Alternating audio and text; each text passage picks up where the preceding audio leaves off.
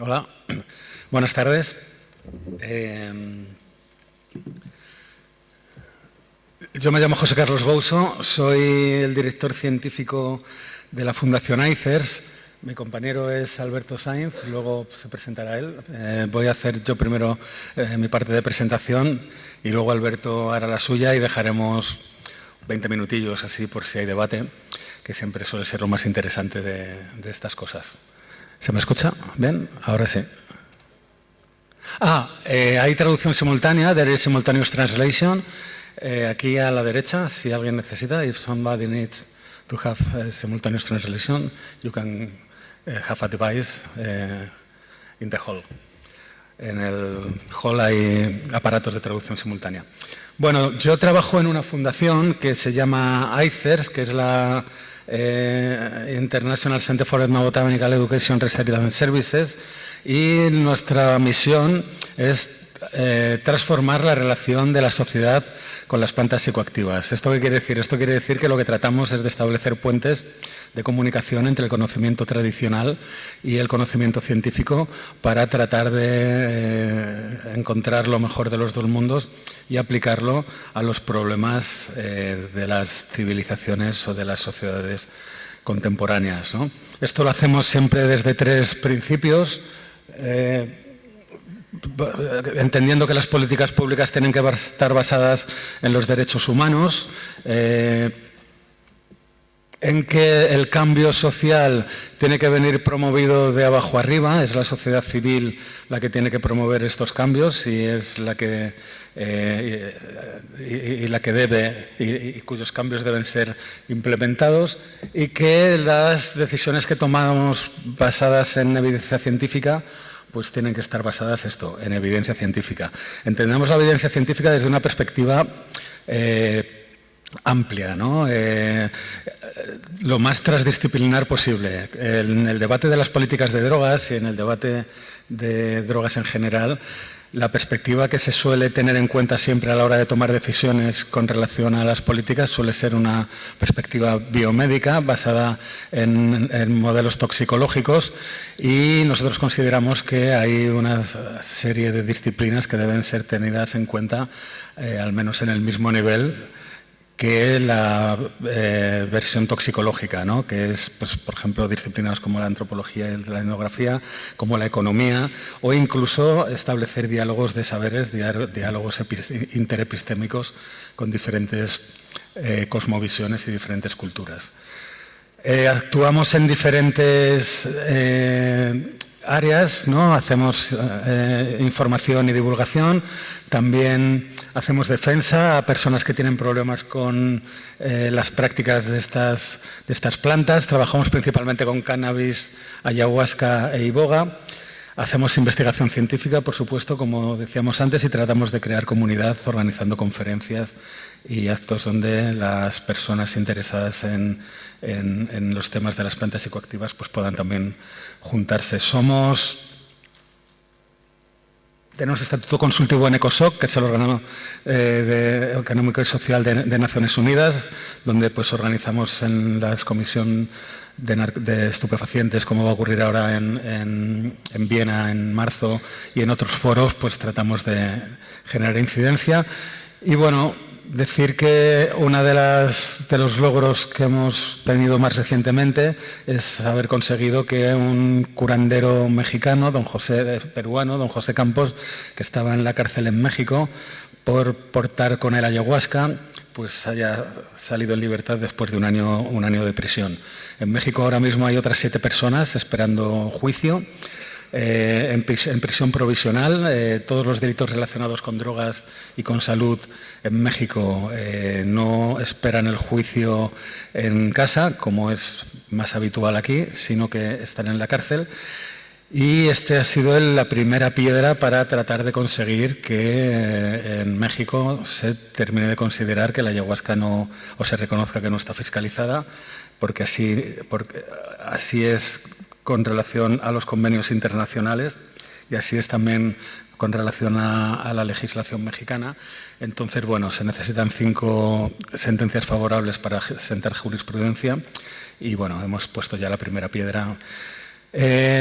Por no enrollarme más, bueno, pues hacer un repaso. O sea, hoy no voy a hablar de cannabis, voy a hablar, o no mucho, voy a hablar más de otras sustancias, medicinas, que también han formado parte o forman parte de el acervo cultural de la humanidad, porque algunas de estas sustancias contienen principios activos o son plantas que contienen o principios activos que están en plantas que se han estado consumiendo durante toda la historia, como puede ser el caso de la ayahuasca o algunas virolas que contienen DMT, ¿no? O el peyote o los hongos psilocibios.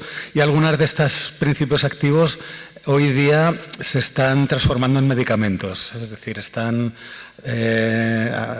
están sometiendo a la realización de ensayos clínicos con el objetivo de transformarse en medicamentos. Hay ya dos de estos medicamentos, la psilocibina, que es el principio activo de los hongos psilocíbicos, y la MDMA, que en 2 años más o menos estarán disponibles para uso psiquiátrico. Si he decidido en estas jornadas, en esta conferencia de cannabis, no hablar por primera vez de cannabis y hablar de psicodélicos, es porque considero que estamos en el momento en el que ya los psicodélicos, como he dicho antes, van a estar disponibles para uso médico, y también porque tristemente, bueno, no sé si tristemente o no tristemente, pero hay una realidad, y es que parece que el uso médico, al paso que vamos, el uso médico de la psilocibina o de la MDMA va a estar disponible incluso antes que el uso médico del cannabis. Al paso que vamos, el cannabis tendría que estar ya, la Agencia Española del Medicamento tendría que haber resuelto en diciembre, haber hecho la normativa para ver cómo el cannabis medicinal se tendría que insertar en el mercado farmacéutico español. Todavía no lo ha hecho, no sabemos cuándo lo hará, pero sorprendentemente estas sustancias que han estado al menos tanto, si no más estigmatizadas como el cannabis, ha sido curioso cómo el cannabis ha ido avanzando poco a poco, pero de repente estas sustancias pues se han adelantado y bueno, pues como ahora veremos, ya hay unas cuantas que están a punto de ser comercializadas, ¿no? Bueno, por hablar un poco de la historia de dónde viene esto, pues la mayoría a lo largo de la historia de la humanidad, pues la embriaguez ha sido parte, ¿no? de las culturas. Probablemente de las primeras formas de embriagarse ha sido el alcohol, que ya lo hacen los animales, pero también el cannabis y el opio en Asia. La manita muscaria también en Rusia y en toda Siberia. La manita muscaria es esa seta que está en la pantalla y que popularmente se ha asociado a envenenamientos y a intoxicaciones, pero en realidad lo que es un alucinógeno que ha sido utilizado por culturas euroasiáticas pues desde hace milenios y que ha dado lugar incluso al mito de Papá Noel, que viene vestido en forma de amanita, ¿no? O sea, de rojo con puntitas blancas, cargado de regalos, viajando con unos renos que probablemente han comido amanita muscaria para poder volar, ¿no? En África tenemos el kratom y el kat y el café, por supuesto, y la ibogaína. La ibogaína es otra sustancia alucinógena, ampliamente utilizada en toda la franja del África ecuatorial, subsahariano. Probablemente los pigmeos fueron de los primeros pueblos que empezaron a utilizar iboga y que se fue transmitiendo también de manera culturalmente. Y a día de hoy algunas sociedades sincréticas utilizan iboga, como el Bwiti y otras, en sus rituales, en su medicina tradicional. Estamos hablando de que todas estas plantas o sustancias no solamente son embriagantes, sino que conviven en una frontera difusa entre actuar como embriagantes, es decir, con fines recreacionales, con fines medicinales y con fines espirituales, ¿no? En sociedades chamánicas, en sociedades animistas, donde no hay una frontera, no hay una delimitación clara entre estos mundos. Todo forma un poco parte de lo mismo. Por supuesto, las daturas, las brugmansias, la hoja de coca en América la ayahuasca y el rapé, bueno, el peyote en México.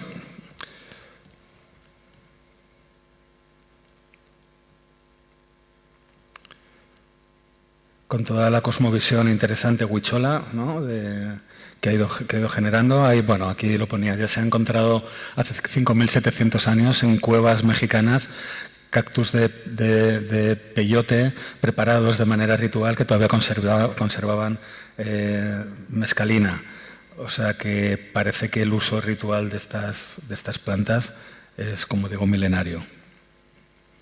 O los psilocibes, donde se han encontrado pues, en infinidad de estatuas mexicanas. Hay unas pinturas rupestres aquí en Cuenca, en Selva Pascuala, que es un abrigo que hay en la serranía de Cuenca, donde están representadas los primeros restos o los primeros restos arqueológicos de psilocibes. Aquí tendríamos la psilocibe hispánica, que es una especie que crece específicamente en la península ibérica, sobre todo en los Pirineos. Y bueno, este es Xochipilli, que es pues, como un dios enteogénico lleno de diferentes plantas, que es una estatua que está en el Museo de Antropología de México y que representa pues, la importancia que tuvieron todas estas plantas psicoactivas en las culturas mesoamericanas, ¿no? Y bueno, pues estos son las virolas o el chopo, que contiene 5-meo-DMT o DMT, que es otro de los compuestos que se está investigando hoy día para el tratamiento de la depresión en ensayos clínicos, ¿no? Es decir, todas estas sustancias han sido antes utilizadas por culturas chamánicas, por culturas indígenas a lo largo y ancho del planeta, y en los años 50 se redescubrieron. Hubo un boom cuando Albert Hoffman descubrió la LSD en los años 40, luego llegó toda la prohibición y ahora de nuevo volvemos al redescubrimiento de estas sustancias, que las más interesantes que actualmente en la investigación pues es esto: psilocibina, LSD, MDMA y ketamina. La ketamina ya está disponible para uso médico, para uso psiquiátrico, está autorizada por la Agencia Española del Medicamento y en Europa también y en Estados Unidos y la FDA y bueno, en medio mundo para el tratamiento de la depresión mayor, y ha sido el primer medicamento, el primer fármaco psicodélico que ha sido autorizado y que ya está disponible y que hay pues numerosas clínicas de ketamina. Bueno, las características de las sustancias psicodélicas tienen un paralelismo al cannabis, ¿no? Pequeñas dosis producen grandes efectos. El prototipo de sustancia psicodélica sería la LSD 25. Estamos hablando de una sustancia que en el nivel de millonésimas de gramo, es decir, con 1 gramo pues se podría poner a todo Cornellá a viajar. Daría para experiencias de 8 o 10 horas a un coste fisiológico nulo, porque otra de las cosas interesantes que tienen los alucinógenos es como el cannabis, ¿no? que a nivel fisiológico pues,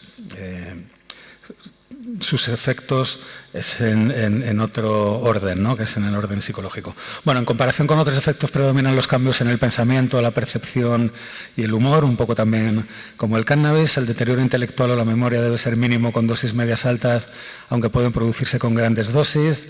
El estupor, la narcosis o la estimulación no deben ser parte integral de la acción. Los efectos secundarios sobre el sistema nervioso no deben ser impactantes ni severamente perturbadores y la generación de adicción deben ser mínima, ¿no? Estos serían los principios que cumplen todas estas sustancias que os he presentado antes, y no todas cumplirán con este principio, ¿no? Un poco ya más farmacológico, que sería la acción específica sobre los receptores 5-HT2A, que es un tipo de receptores que tenemos en la corteza cerebral, y sobre los que actuarían las sustancias, sobre todo triptaminas y feniletilamina, o sea, LSD, psilocibina, DMT, 2CB, etcétera, pero la ketamina o la ibogaína o la manita muscaria tendrían otros mecanismos de acción diferentes, los que tampoco voy a entrar, para no aburriros más todavía. Hay algunos factores moduladores de los efectos de las drogas que hay que tener en cuenta. Esto es en general para todas las drogas, pero para el cannabis en especial y para los psicodélicos en muy particular, que es el factor droga, la calidad, la cantidad, es decir, la dosis, la vía de administración, las propiedades psicofarmacológicas, si es por vía oral, si es por vía intramuscular, intravenosa, intranasal. Los factores a largo plazo de las personas que van a tener la experiencia, ¿no? Cultura, personalidad, fisiología, historia de aprendizaje, etc. Los factores a corto plazo, el SED, lo que se llama SED, la situación emocional y en la que está la persona en el momento en que va a tener una experiencia con un psicodélico o con un alucinógeno, y luego los factores contextuales, ¿no? El setting, ¿no? El marco ecológico y ambiental donde se va a tener la experiencia. Todo esto son factores moduladores, no solamente la sustancia. En ese sentido, a veces cuando se habla de que se están terminando los ensayos clínicos para la utilización de estas sustancias y tal, bueno, pues no debemos olvidar que por mucho que estas sustancias pasen las fases de ensayo clínico y tal, no se pueden considerar como medicamentos en los que hay una relación unívoca entre la sustancia y el efecto que va a producir. En el caso de los alucinógenos hay toda una serie de factores contextuales y de las personas que están modulando también la acción. Hay también varios niveles de experiencia, como en todo, como en todas las sustancias. Hay un nivel físico, que, como digo, en personas sobre todo sanas, pues este nivel es despreciable. Aumentan un poco la presión arterial y la frecuencia cardíaca, pero las modificaciones y producen la liberación de algunas hormonas. Pero bueno, estas modificaciones fisiológicas, como digo, no tienen ningún impacto. Tienen de los efectos afecta a la esfera autobiográfica, poder repasar las cosas que le han pasado a uno en la vida. Luego también pueden producir experiencias espirituales, y lo más interesante es que lo nuclear de estas sustancias y por lo que se está utilizando con fines terapéuticos es porque afecta en el plano ontológico a las relaciones que tenemos las personas con la realidad, y a veces pues pueden mover los cimientos sobre los que tenemos asentadas nuestras percepciones de la realidad, para bien, pero también a veces no para tan bien, ¿no? Porque cuando uno se le confronta con las convicciones que tiene acerca de la realidad, pues a veces puede haber una disintonía. En cualquier caso, es precisamente por lo que se utilizan estas sustancias en psicoterapia, ¿no? Precisamente para, bueno, pues confrontar, o para que las personas puedan establecer confrontaciones con las cosas que les ocurren en su vida cotidiana y puedan adentrarse en ellas, como digo, ontológicamente, elaborarlas y salir, en principio, reforzados. Se han hablado de las fases o de los mapas de la experiencia. Bueno, pues generalmente hay una primera fase abstracta o estética, sensorial, sobre todo con dosis bajitas. Luego se puede entrar en una fase recolectivo-analítica. Como decía antes, se puede empezar a abordar historias de la autobiografía, una fase simbólica que puede ser más espiritual, y la fase integral en la que, bueno, pues ya hay que aparecen los opuestos como formando parte de lo mismo, y una serie de efectos que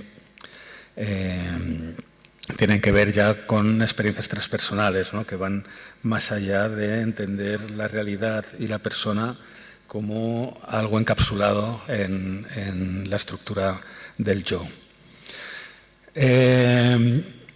La LSD se está utilizando hoy día para el tratamiento de la ansiedad, está en fase 2, la psilocibina en depresión, en ansiedad y depresión en las fases finales de la vida, en enfermos terminales, también para algunas adicciones al tabaco y al alcohol y al trastorno obsesivo-compulsivo. La ayahuasca principalmente en el tratamiento de drogodependencias y en depresión, y la MDMA en trastorno de estrés postraumático. No el tratamiento del autismo, sino el tratamiento de los problemas de ansiedad social relacionados con el espectro autista y también en enfermedades o en fases terminales de la vida. La reinvención de estas sustancias está un poco también motivada por la crisis de los psicofármacos, porque hace 50 años que nos inventan moléculas nuevas en psiquiatría. Estamos empezando a ver cómo algunas de estas moléculas no son tan útiles o tan eficaces como se pensaba, tienen efectos secundarios que empiezan a aparecer y hay una necesidad en psiquiatría, en innovación, en medicamentos, y han venido los psicodélicos a ocupar quizá este hueco en esta innovación. Solamente en 2022 se invirtieron 526.000 millones de dólares. Y no fue el año que más se invirtió, el pico fue en 2019, donde se invirtieron 2 billones de dólares solamente en el desarrollo de estos medicamentos. Y nada, dentro de poco veremos la MDMA, como digo, para el tratamiento del estrés postraumático, la psilocibina para el tratamiento de la depresión mayor, la ketamina, como digo, ya está disponible, pero se está investigando en una nueva indicación que es para el tratamiento del alcohol, la DMT, que es el principio activo de la ayahuasca, también está en fase 2, la 5-MeO-DMT, que es otro alucinógeno de acción corta, súper potente e intenso, también está en fase 2 de ensayo clínico. Bueno, quiero decir que estamos a las puertas de asistir a un cambio en la forma de entender los abordajes en el tratamiento de la salud mental. Nada, muchas gracias y doy la palabra a Alberto y luego, si queréis, charlamos un rato. Vale, bueno, muchas gracias a todos por asistir. Mi nombre es Alberto Sainz, soy psicólogo y neurocientífico, soy colaborador de la Fundación ICERS. He estado trabajando haciendo estudios de cannabis medicinal para la empresa de Greenhouse durante bastantes años. Ahora trabajo para una empresa de Reino Unido donde hacemos consultoría científica en nicotina y en cannabis medicinal. Y bueno, la charla que voy a dar hoy, la intención es hacer un poco un análisis crítico de la evidencia científica más reciente sobre si el CBD puede reducir los efectos del THC. Primero voy a hablar un poco de qué tipos de quimiotipos de cannabis se han clasificado desde hace bastantes años. Luego vamos a ver de dónde salió este tipo de cannabis que consigue tener un ratio 1:1 CBD-THC. Y luego voy a hacer un análisis de 3 estudios o 4 que han abordado este tema de si el CBD realmente puede contrarrestar los efectos del THC. Veremos que hay estudios que dicen que sí, que dicen que no. Veremos por qué creemos que unos dicen que sí y otros dicen que no. Y luego tendremos probablemente un pequeño debate de si esto sucede o no. Entonces, voy a comenzar con una introducción que suelo hacer en algunas de mis charlas, pero considero que es bastante relevante para el tema que vamos a tratar. A pesar de que los bancos de semillas durante los últimos 20 años han estado dando prioridad a variedades de cannabis que colocasen mucho, es decir, que tuviesen niveles de THC muy altos, independientemente de que analizasen si tuviesen niveles altos de THC o no, el caso es que colocaban mucho. Los científicos saben ya desde hace unos 50 años que existen variedades de cannabis que tienen otras concentraciones de cannabinoides y no necesariamente niveles altos de THC. En este paper que os muestro aquí, The Evolution of Cannabinoid Phenotypes in Cannabis, que es del año 1975, es decir, hace unos 50 años, y hay un par de ellos también de 1970 más o menos, lo que pasa es que estos ya son casi imposibles de acceder. En este paper vemos que clasifican los tipos de cannabis en 4 fenotipos dependiendo de las concentraciones de cannabinoides que tienen. Esos 4 fenotipos se dividen en el fenotipo 1, que serían las plantas de cannabis que tienen niveles de THC altos, el fenotipo 2, que tienen variedades que tienen concentraciones de cannabinoides, tanto de CBD como de THC, al mismo nivel, suelen ser, por lo menos las que hay actualmente, de alrededor de un 7-10% de CBD y un 7% de THC. Los ratios 1:1 no suelen ser exactos, suele ser que hay un poquito más de THC que en CBD en este tipo de variedades. Luego tenemos el fenotipo 3, que son variedades con unas cantidades de CBD muy altas, y el fenotipo 4, que tiene variedades de CBG muy altas. Los fenotipos 3 y 4 tienen concentraciones de THC por lo general por debajo del 1% y algunas incluso casi rozando el 0% de THC. Entonces, ¿de dónde vienen? ¿Quiénes fueron las personas que empezaron a hablar un poco de que estas variedades pueden tener un beneficio seguramente para los pacientes a la hora de consumir THC? Pues este es uno de los primeros papers que empieza a hablar de esto y que empieza a investigar las características hereditarias de los quimiotipos del cannabis. En este estudio se trabaja con los 3 primeros fenotipos que os he comentado antes, es decir, alto THC, THC con CBD al mismo ratio y alto CBD.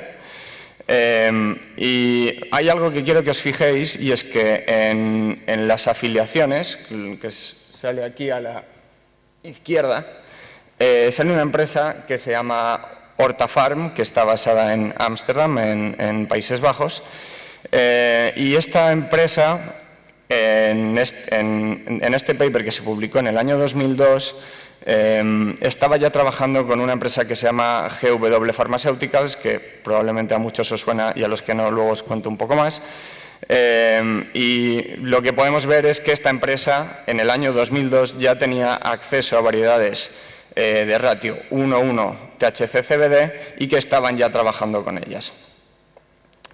Del 2002 saltamos al año 2006 y se publica este paper, A Tale of Two Cannabinoids, the Therapeutic Rationale for Combining Tetrahydrocannabinol and Cannabidiol, del profesor Ethan Russo y de Geoffrey Guy. Estas dos personas, uno de ellos era como el director científico de la empresa GW Pharmaceuticals, y Geoffrey Guy era creo que el fundador o uno de los directores generales de la empresa. Y aquí ya aparecen directamente como parte de esta empresa GW Pharmaceuticals, y en el artículo empiezan a decir que el CBD es capaz de contrarrestar algunos de los efectos del THC y que hace que los pacientes puedan tolerar mejor los efectos del THC. Como hemos visto en el paper anterior, una empresa asociada estaba trabajando con este tipo de genéticas. En el 2006 ya salen hablando de estos beneficios, y esto culmina en la salida al mercado y la aprobación por varios organismos de salud de toda Europa, empezando por Reino Unido, que es donde se creó este medicamento. Se crea el Sativex, que es un fármaco que tiene una proporción 1:1 CBD-THC. A pesar de que no hay información disponible sobre cómo se formó el Sativex, sí que sabemos que el Sativex está creado a través de extracciones de la planta. No sabemos, o por lo menos yo no he sido capaz de encontrar, si alguien lo sabe, por favor que me lo diga, si lo que han hecho es coger variedades con alto contenido en CBD y con alto contenido en THC y mezclarlas, o si tenían ya esta variedad que estábamos comentando, una variedad ratio 1:1 CBD-THC, para directamente hacer el extracto y con eso directamente hacer el medicamento. Yo creo que con los papers que os acabo de mostrar está más o menos claro que, como tenían acceso a este tipo de genéticas, directamente han usado este tipo de genéticas para hacer el medicamento. Y también quiero que os fijéis que el ratio 1:1, al lado de la palabra Sativex, veis que pone 2,7 miligramos y 2,5 miligramos. Es decir, no es un ratio 1:1 exacto. Si ellos hubiesen querido hacer un ratio 1:1 mezclando CBD y THC, podrían haberlo hecho exacto.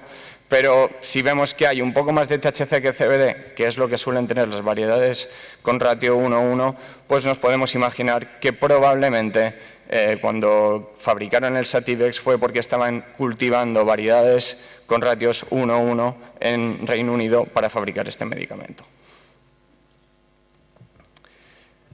En paralelo, en el año 2008, Resin Seeds ganaba, no me acuerdo si era la High Cup de Ámsterdam con la variedad Canatonic, que descubrieron que efectivamente también tenía un ratio 1:1. La variedad Canatonic venía en una especie de colaboración y compraventa de semillas entre Reggae Seeds y Resin Seeds, y es probablemente la variedad más conocida o la más famosa que tiene un ratio 1:1. También de aquí salió la Juanita Lagrimosa en ratio 1:1, que la ha comercializado también Elite Seeds, etcétera, etcétera. Y esta variedad probablemente es un poco la madre o la fuente de las variedades 1:1 que tenemos hoy en día en el mercado. Por supuesto, esta gente tiene que tener su crédito, ya aparte de que esto existiese con el Sativex, fue gracias a ellos que esta variedad se expandiese por el mundo y que la gente pudiese también poder beneficiarse de este tipo de genéticas, que parece ser colocan menos, pero como veremos después no está tan claro. Por otro lado, también tenemos el hecho de que el hachís marroquí en los años 90 y en los años 2000, la gente siempre decía que cuando fumabas hachís el efecto del THC no era tan potente. Y esto en principio no debería tener sentido porque el hachís es un concentrado. Si lo comparamos con un cogollo de marihuana, el hachís debería tener un porcentaje de THC más alto. ¿Qué pasa? Que la genética clásica que se cultivaba en Marruecos, que es la beldía, tiene una concentración de más o menos un 5% de THC y más o menos un 2% de CBD. Cuando nosotros hacemos un concentrado, que es lo que hacen ellos en Marruecos, depende cómo se haga obviamente, puede llegar a tener unas concentraciones de THC de un 20% y de un CBD de un 8%. Si nosotros miramos las variedades de cannabis que teníamos disponibles en los años 2000 y pico, probablemente la media de THC que teníamos era de un 10, un 15%. Quizá habría variedades que tenían un 20%, pero eso era extraño, eso es algo más de los años 2020. Entonces, que la gente en esa época, que obviamente son testimonios de personas y hay que tomarlo como testimonios de personas, pero igualmente hay que tenerlos en cuenta. La gente decía que fumarse un porro de marihuana era más potente que fumarse un porro de hachís y que el porro de hachís te dejaba más apalancado, te dejaba más tirado en el sofá y que la marihuana era como más psicodélica. Entonces, una de las razones que podría haber detrás de esto es que tenemos un 8% de CBD en el hachís clásico marroquí. Puede ser un 8, puede ser un 7, puede ser un 6, obviamente depende de la calidad de ese hachís, pero siempre va a ser un ratio 2:1, que es lo que tiene la variedad beldía, que es la que se cultivaba en Marruecos por entonces. Entonces, vamos viendo que a través de la empresa GHW Pharmaceuticals, a través de la Canatonic de Resin Seeds, a través de lo que sabemos del hachís marroquí, pues parece ser que el CBD sí que puede contrarrestar los efectos del THC. Entonces, ahora vamos a los artículos que han salido principalmente en los últimos 4 o 5 meses. Ha habido 3 artículos que dicen que no hay efecto del CBD para contrarrestar el THC, es decir, que eso no funciona. De hecho, uno de los papers, como vamos a ver, dice que el CBD potencia los efectos del THC haciéndolo todavía más potente. Y vamos a empezar analizando un artículo que sacamos nosotros, ya que lo sacamos nosotros, pues os lo explico un poquito, que trata este tema. El artículo lo sacamos en el año 2021, perdón, en colaboración con la Fundación ICERS y GH Medical, en el que lo que decidimos fue traer el laboratorio a un club social de cannabis. ¿Por qué? Porque nosotros íbamos a investigar variables psicológicas. Y las variables psicológicas dependen mucho de cómo se encuentra el paciente y cómo sea su entorno. No es lo mismo fumarse un porro en un hospital que fumarse un porro en un club de cannabis. En el hospital, pues a lo mejor te da un poco de paranoia porque estás rodeado de batas blancas y no es el sitio. Piensas que incluso te pueden estar juzgando. En un club de cannabis es donde la mayoría de la gente consume, por lo menos en Barcelona, o bueno, si no es en casa. Entonces, es un sitio en el que estás a gusto, en el que puedes estar tranquilo consumiendo. Entonces lo que decidimos fue traer el club de cannabis, traer el laboratorio al club de cannabis y hacer los estudios ahí.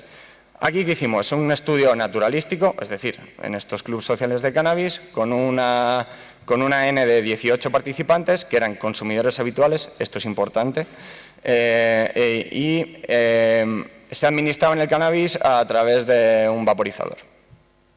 Por un lado teníamos una condición que era placebo, otra era THC que eran 65 miligramos, importante también las cantidades, otra condición que era THC con CBD, que era un ratio 1:2, el doble de CBD que de THC, 65 miligramos y 130 miligramos, y luego CBD solo con 130 miligramos. Los participantes venían pues 4 veces al club de cannabis en distintos momentos con semanas de separación y les pasábamos una serie de cuestionarios. Entre esos cuestionarios había un cuestionario también de psicosis que obviamente es una variable que sería muy relevante si estuviésemos en un hospital. ¿Qué es lo que encontramos nosotros? Lo voy a resumir muy rápido porque ya lo he contado en otras charlas, que por cierto las podéis encontrar en el canal de Spanavis en YouTube, porque estas charlas las hemos dado también en la Spanavis y explico un poco más en detalle este estudio. Aquí lo que podemos ver es que la línea de arriba del todo es THC solo y la segunda es THC con CBD. Esto es cuántos se colocan en el tiempo. Es decir, la puntuación más alta es de 6 a los 15 minutos, 25 minutos, y la del THC con CBD pues ronda como el 3 más o menos. Como podemos ver, el CBD sí que redujo los efectos psicoactivos del THC en nuestro estudio. Entonces aquí vamos a otro de los papers que ha salido hace muy poquito, este es de noviembre de 2022, en el que hacen una investigación, esta vez en un hospital, donde a los participantes les dan 10 miligramos de THC o un ratio 1 de 10 miligramos de THC y CBD o 20 miligramos de THC y 10 de CBD, ¿no? O 30 miligramos de CBD con 1 de THC. Bueno, lo primero que vemos aquí es... Bueno, en este estudio dijeron que el CBD no contrastaba los efectos del THC. Lo primero que vemos es que las cantidades son bastante bajas, porque si nosotros tenemos en cuenta que 1 gramo de marihuana tiene más o menos, vamos a poner de media que es un 15% de THC, que ya sé que ahora hay variedades de 20% y que las hay de 10, vamos a poner de media 15. Si una persona se pone 1/4 de gramo de flor de cannabis en un porro, con una concentración del 15%, estamos hablando de 30 miligramos de THC. ¿Vale? Aquí están usando 10 miligramos de THC. Esto es tirando por la baja, porque hay gente que se hace porros de medio gramo y hay gente que se hace porros de 1 gramo con una variedad del 20% y se quedan tan a gusto, ya sin contar con la gente que usa extracciones, que eso ya tiene unas cantidades de THC increíbles comparado con esto. Entonces aquí están usando una dosis de CBD muy bajita. Es verdad que aquí tienen a 46 voluntarios que son usuarios de cannabis infrecuente, que bueno, en el paper sí que dicen que es infrecuente, pero creo que era como una vez al mes o incluso menos, pero les están dando una dosis muy baja. Entonces ya es algo que nos suena un poco raro. Claro, es que a lo mejor si les das 10 miligramos de THC, pues con lo que sientan ahí el CBD no les cambia el efecto. Hay que tener en cuenta que los cannabinoides dependen mucho de las cantidades para notar los efectos. Un THC a 10 miligramos o el THC a 100 miligramos cambia el efecto. Ya no es solo cuantitativo, sino el efecto también tiene un cambio cualitativo. Por otro lado, se les ocurrió la genial idea, que yo la verdad es que me sorprendió bastante cuando leí esto, que parte del estudio es que cuando estaban bajo los efectos del cannabis, les invitaban a darse una vuelta por el hospital, les daban algo de dinero y tenían que ir a comprar una chocolatina o algo parecido, hablar con la persona para que les diese el cambio y volver otra vez a la habitación del hospital donde habían estado colocándose. Entonces, ¿qué paranoia te va a dar si tienes que hacer eso estando colocado, aunque vayas muy poco colocado, en un hospital? que encima pensarás, es que encima saben que estoy aquí fumado, tal. Entonces, las variables de psicosis, de paranoia y de ansiedad, obviamente se van a disparar. Y para mí uno de los principales problemas que tiene este estudio, aparte de todo esto, es que no tiene un placebo. Es decir, todos los participantes toman THC y CBD, pero nadie tiene un placebo y nadie sale a darse una vuelta por el hospital a comprar la chocolatina bajo los efectos de un placebo. Entonces no podemos comparar con un placebo, por lo tanto, desde mi punto de vista, el estudio tiene limitaciones muy importantes que podrían ser argumentos a discutir con los resultados finales, que es que el CBD no contrarresta los efectos del THC. Por otro lado, tenemos otro estudio. Este es de febrero de 2023, es decir, de hace un mes. La verdad es que me ha venido de perlas que se haya publicado este artículo para comentarlo en la charla. Y este artículo también tiene problemas parecidos.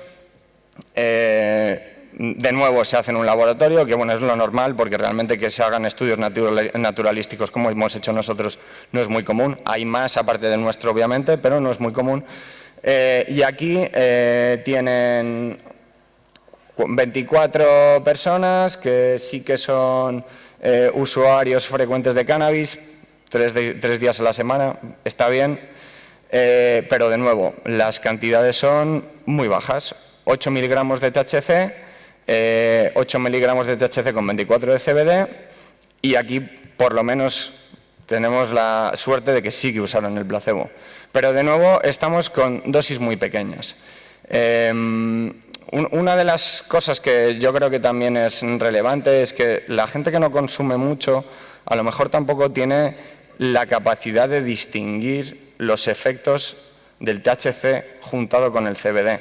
Los usuarios que tienen tolerancia y que están acostumbrados a consumir THC, si de repente les das una variedad con CBD, sí que lo notan. Y sí que notan que los efectos, digamos que son más fáciles de lidiar.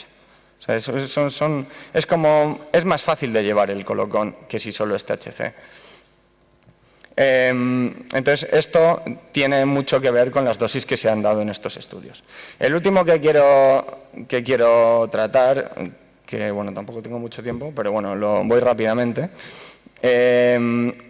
Los otros 2 estudios eran todo vía vaporizada, igual que el estudio que hicimos nosotros, y en este caso lo hacen vía oral.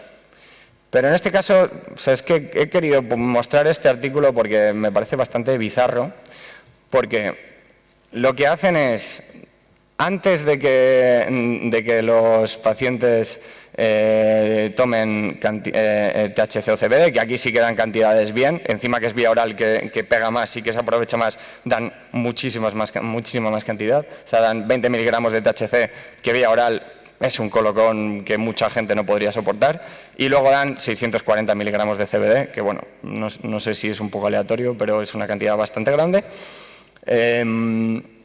Y lo que quieren ver es cómo funciona el citocromo P450, que es el que metaboliza estas sustancias en nuestro cuerpo.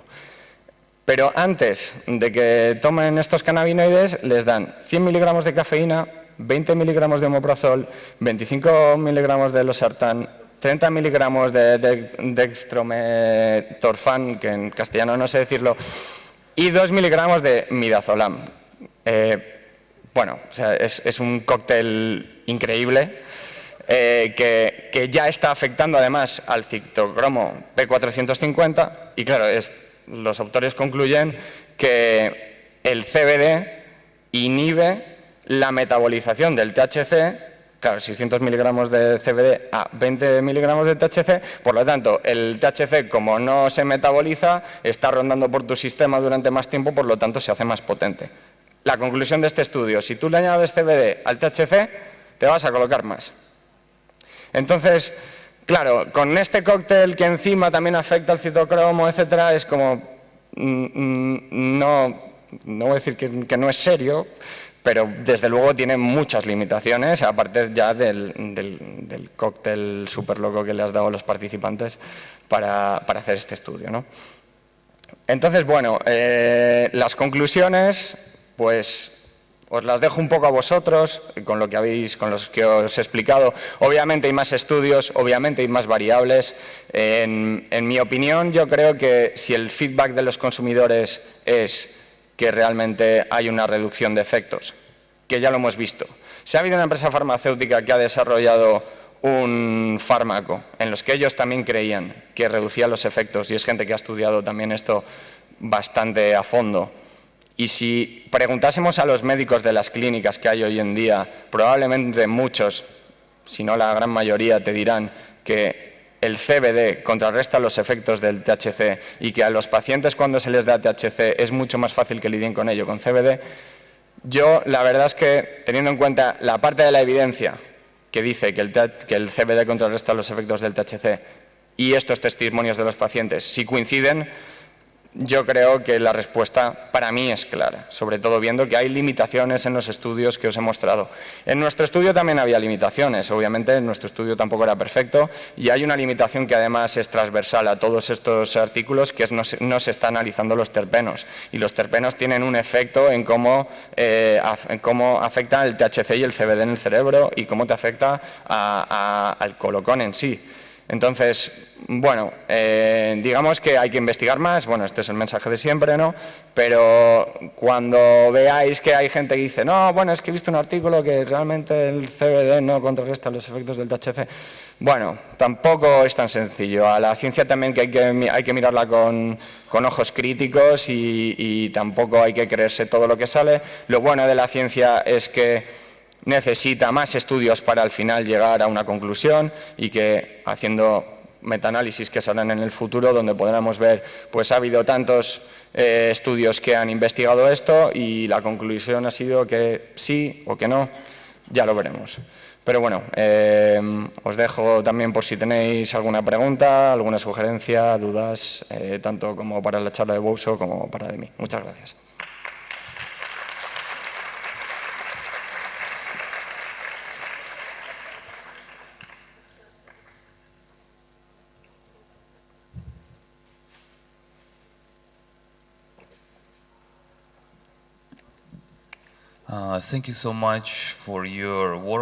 Muchas gracias por toda esta labor y todo lo que estáis haciendo.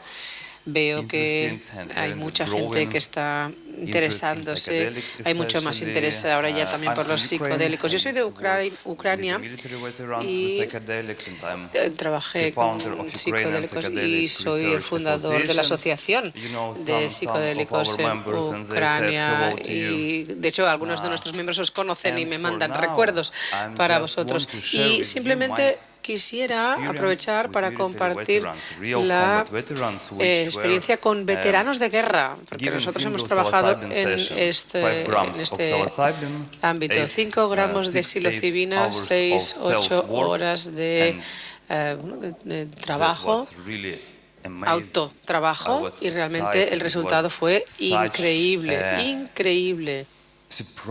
Me quedé tan sorprendido al ver pues un veterano de guerra que pues, le faltaba una pierna, que le faltaban dedos, que había recibido disparos, que había perdido amigos en el campo de batalla. Como podéis imaginar, pues durante la sesión no fue fácil, lo pasó mal, pero después dijo, he vuelto a la vida, he vuelto a nacer, muchas gracias. Y eran gente que se había tratado durante años y años con terapias convencionales, psiquiatría, ¿no? Psicoterapia, lo que se podía conseguir en Ucrania. Simplemente para que lo sepáis, es mi experiencia particular y os puedo decir que funciona a las 1000 maravillas, así que gracias por difundir este conocimiento. Muchas gracias. A ti.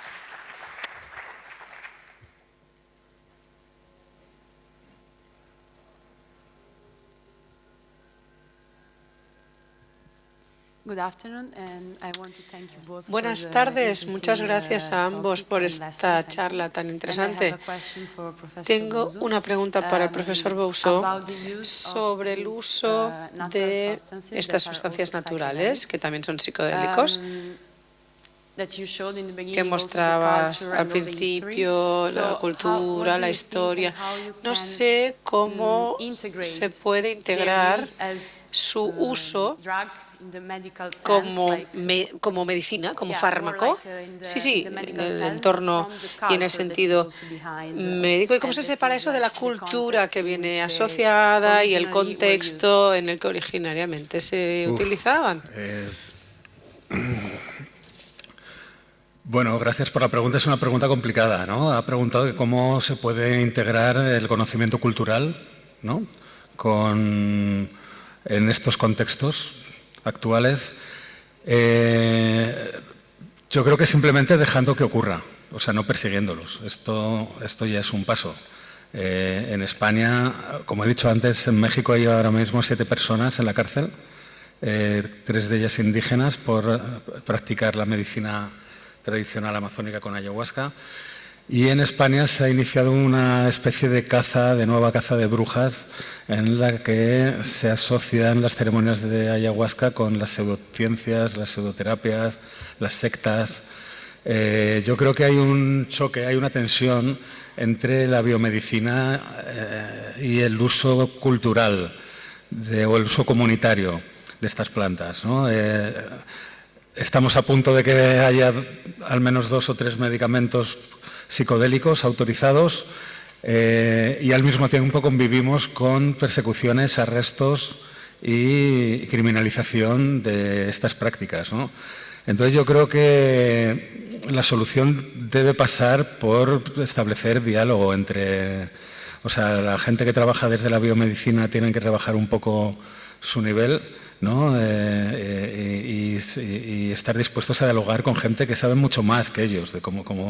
O sea, lo paradójico de esto es que esta sustancia está dejando en manos de gente que no sabe manejarlas, que son pues, los psiquiatras, los psicólogos clínicos, gente que está además entrenada para tapar síntomas, no para trabajar con sustancias que lo que hacen es despertar los síntomas. Entonces hay un conocimiento muy teórico y muy profundo de cómo funcionan estas sustancias, pero no hay una experiencia práctica. Y esta experiencia práctica sí que la tiene la gente que trabaja desde la perspectiva comunitaria, porque se ha entrenado en la Amazonía para la utilización de estas prácticas y que son realmente los que saben cómo manejarlas y, sin embargo, ellos son los que están siendo criminalizados y perseguidos. Entonces, creo que lo interesante sería juntar lo mejor de los dos mundos, ¿no? El mundo académico con todo su bagaje teórico y el mundo comunitario con todo su bagaje práctico, y que se empiece a colaborar y que empiece a... Pero bueno, este es el mundo ideal, que aquí yo lo veo todavía muy lejano, pero está ocurriendo, ¿no? En Oregon, por ejemplo, que es el primer estado norteamericano donde se están abriendo clínicas de psilocibina. A las personas que están abriendo las clínicas de psilocibina no se les exige ninguna titulación, simplemente hacen un cursillo de una semana para tener unos cuidados mínimos de cómo llevar un centro donde la gente esté segura y no le pase nada, ¿no? Entonces esto para mí es un ejemplo interesante, ¿no? Porque quizás es hacia los modelos que debemos tender. Quien quiera tomar en una clínica con un psiquiatra o con una psicóloga, pues que lo tome. Quien quiera tomar en una iglesia, puede ir a una iglesia. Quien quiera tomar con un chamán, que vaya al chamán, y quien quiera tomar con alguien de la New Age, pero en lo que en cada uno de estos centros se cumplan unos criterios mínimos de seguridad. Pero la pregunta no es fácil de responder a día de hoy, al menos, ¿no? Gracias.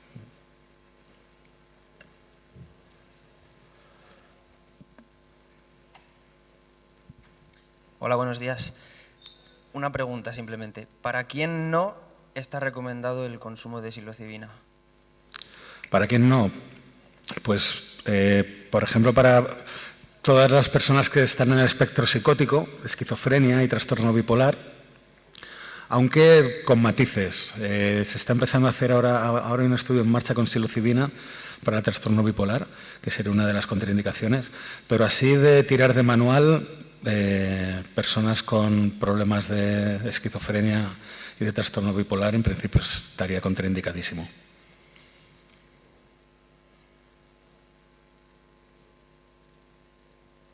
Muy buenas, Alberto y José Carlos. Felicidades por la exposición. Y solo un comentario con respecto a todo el tema de la relación del THC y del CBD.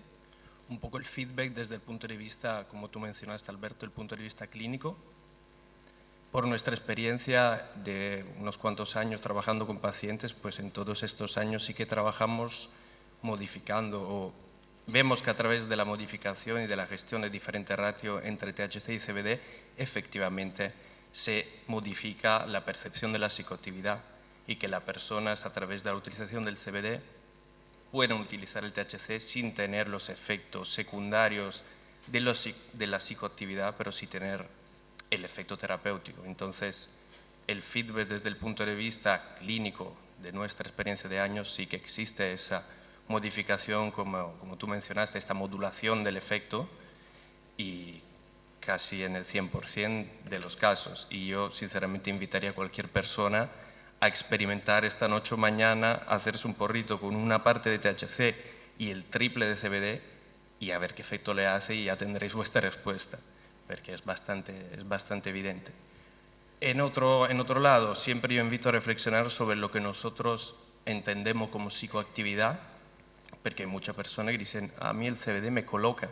Entonces, ¿qué es lo que tú entiendes, ¿no?, como psicoactividad o como efecto? Y es normal que usuarios que no están tan acostumbrados, es difícil tener un feedback tan sensible como personas que sí son consumidoras, como en el estudio que hiciste vosotros en el tiempo, más de tipo ecológico. Entonces, bueno, el feedback, como tú dices, desde el punto de vista de la clínica es bastante evidente como una proporción entre THC y CBD tiene ese efecto modulador. Gracias. Sí, la verdad es que el tema de la psicoactividad es un tema complicado porque el CBD también es psicoactivo. Cualquier fármaco que te llegue al cerebro y te altere el comportamiento o los estados de conciencia, desde luego es un psicoactivo. Lo que pasa es que es un psicoactivo que suele ser bastante sutil. Pero sí, allí habría que utilizar otra terminología que no sé si Bous igual sabría decir psicotrópico, psicotomimético, etcétera, pero tampoco son palabras que describan exactamente lo que queremos decir normalmente con psicoactivo, pero bueno, sí. Muchas gracias.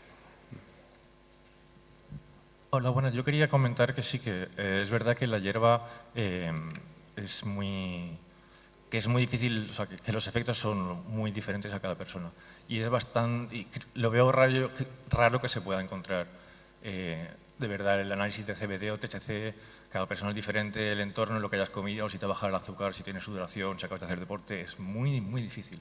Lo que hayas comido tiene que ver eso con muchas sustancias también.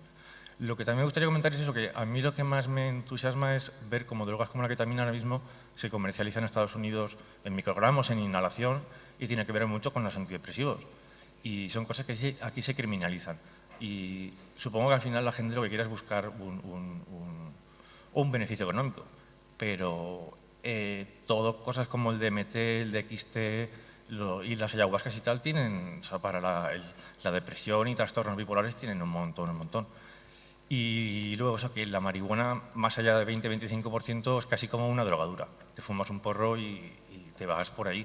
O sea, yo he cogido DMT y otras cosas y vuelvo mucho antes.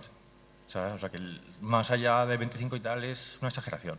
Yo creo que ahí se está exprimiendo demasiado la gallina. Bueno, sí, el THC es una sustancia potente. Es verdad que no sé si por la industria del cannabis o por la mitificación de la planta se dice que es una sustancia blanda. Yo tampoco quiero diferenciar entre drogas blandas y duras porque no me parece tampoco una clasificación idónea, pero que el THC es una molécula potente, para mí no hay duda. Hay gente que la tolera mejor, hay gente que la tolera peor. Hay muchísima gente que se ha fumado un porro y le da una paranoia increíble y no han querido volver a saber nada. Esto ha pasado mucho. Incluso fumadores que han estado fumando durante 10 años llegan a los 28, 30 años y de repente cada vez que fuman les da ansiedad o les da paranoia. Esto hay muchísimos casos y que dejan de fumar porque ya no les sienta bien. El THC es una molécula fuerte y potente y esto es algo que hay que tener en cuenta y bueno, o sea, siempre tiene que haber una reducción de riesgos y un conocimiento un poco de la sustancia para poder usarla adecuadamente. ¿Alguien más? ¿No? Vale, bueno. Si tenéis alguna duda más podemos hablar. Pues solamente Quería haberlo dicho al principio, hacer nuestro homenaje particular a Rafael Mechoulam, que murió anoche, murió ayer. Entonces, alguien que tendría que haber ganado el Premio Nobel de Química, el descubridor, la persona que sintetizó por primera vez el THC, en su laboratorio se descubrió la anandamida, se descubrió el sistema endocannabinoide, es decir, uno de los grandes científicos de la humanidad y probablemente principal científico del mundo de la investigación con cannabis, murió con 92 años, después de una vida plena. Así que nada, nuestro homenaje particular a Rafael Mechoulam y gracias.